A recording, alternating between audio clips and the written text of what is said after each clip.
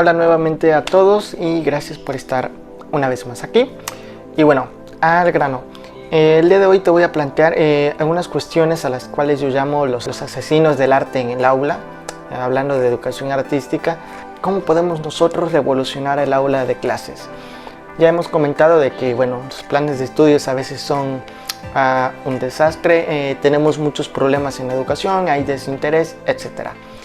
Pero en base a todo eso es que vengo ahora a proponerte 4 puntos que tenemos que aprender a identificar nosotros mismos, los cuales nos pueden ayudar a darle un giro a la enseñanza que estamos llevando a cabo actualmente.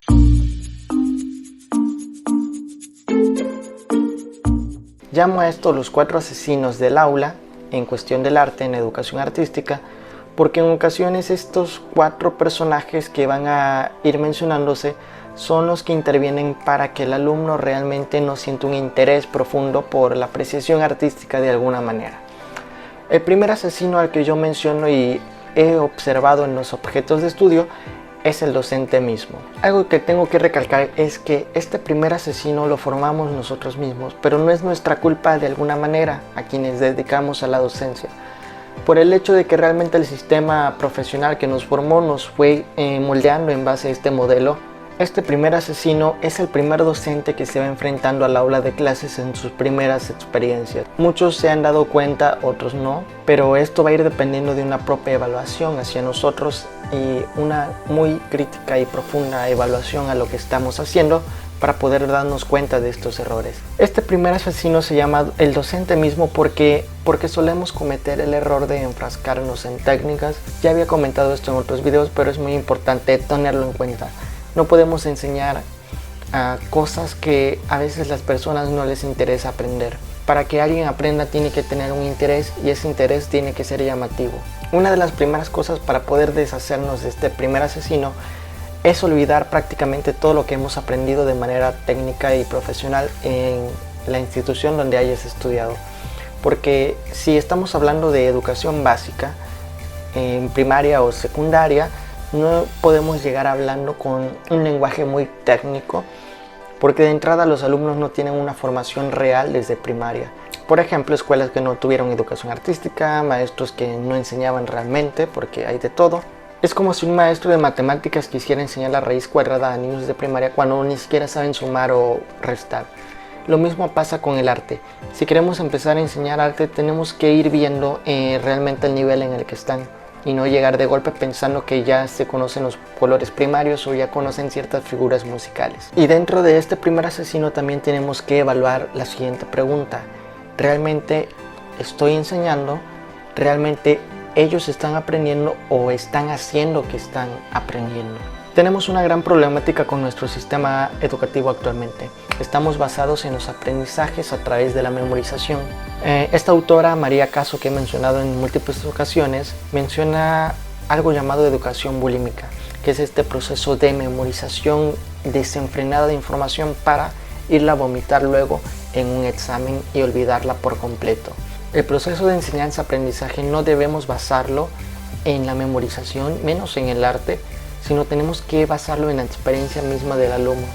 Pero también tengo que tomar en cuenta que no voy a obligarlo a aprenderse una técnica como tal, porque al fin de cuentas esto es una exploración por las ramas artísticas, no es la perfección de técnicas para formar artistas. Y también debemos aprender o buscar de alguna manera contextualizar todos y cada uno de los temas a situaciones reales que ellos viven. Por ejemplo, cómo relacionamos temas de artes visuales con programas tradicionales conocidos como, no sé, Los Simpson o situaciones que se estén viviendo de manera real.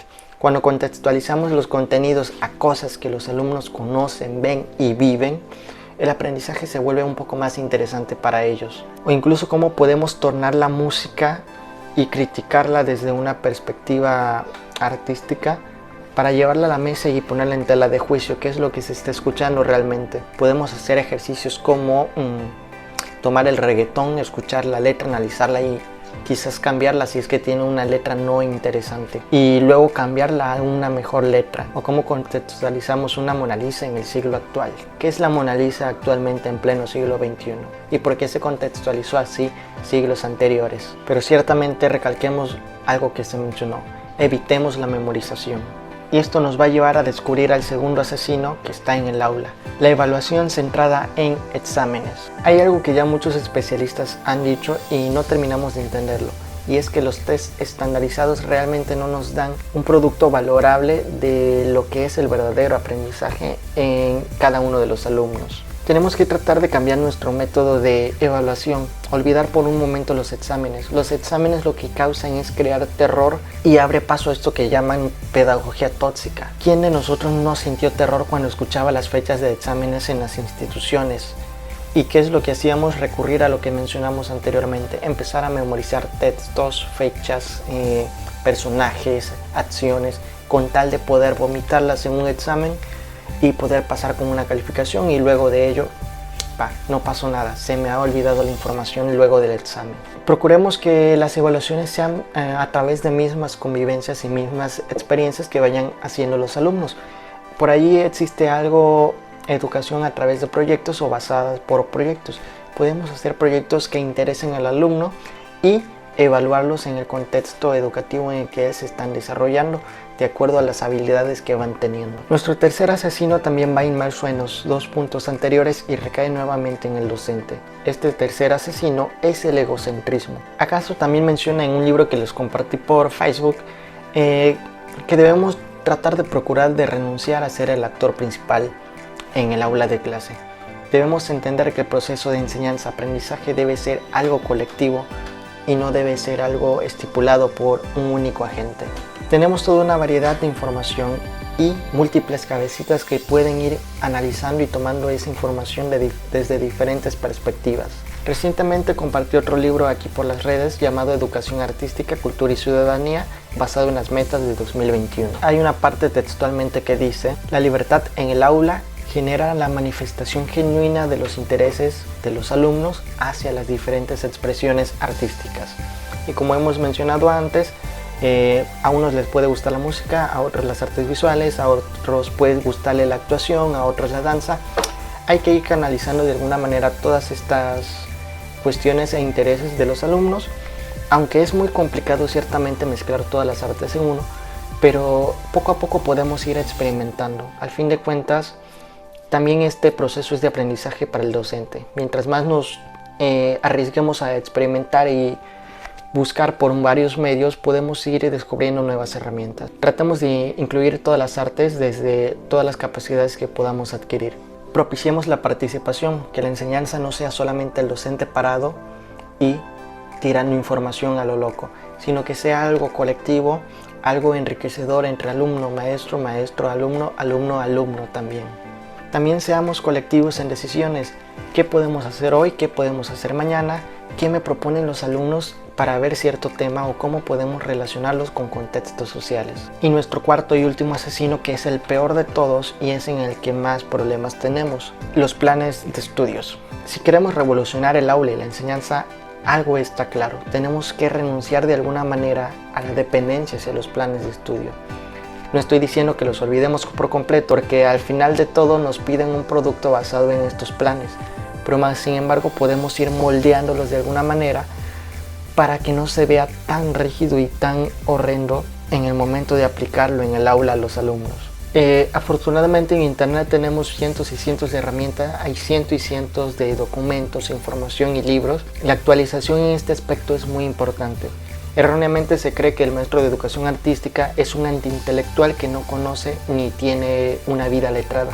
Es todo lo contrario. El educador artístico debe ser la persona más letrada que podamos tener en el aula.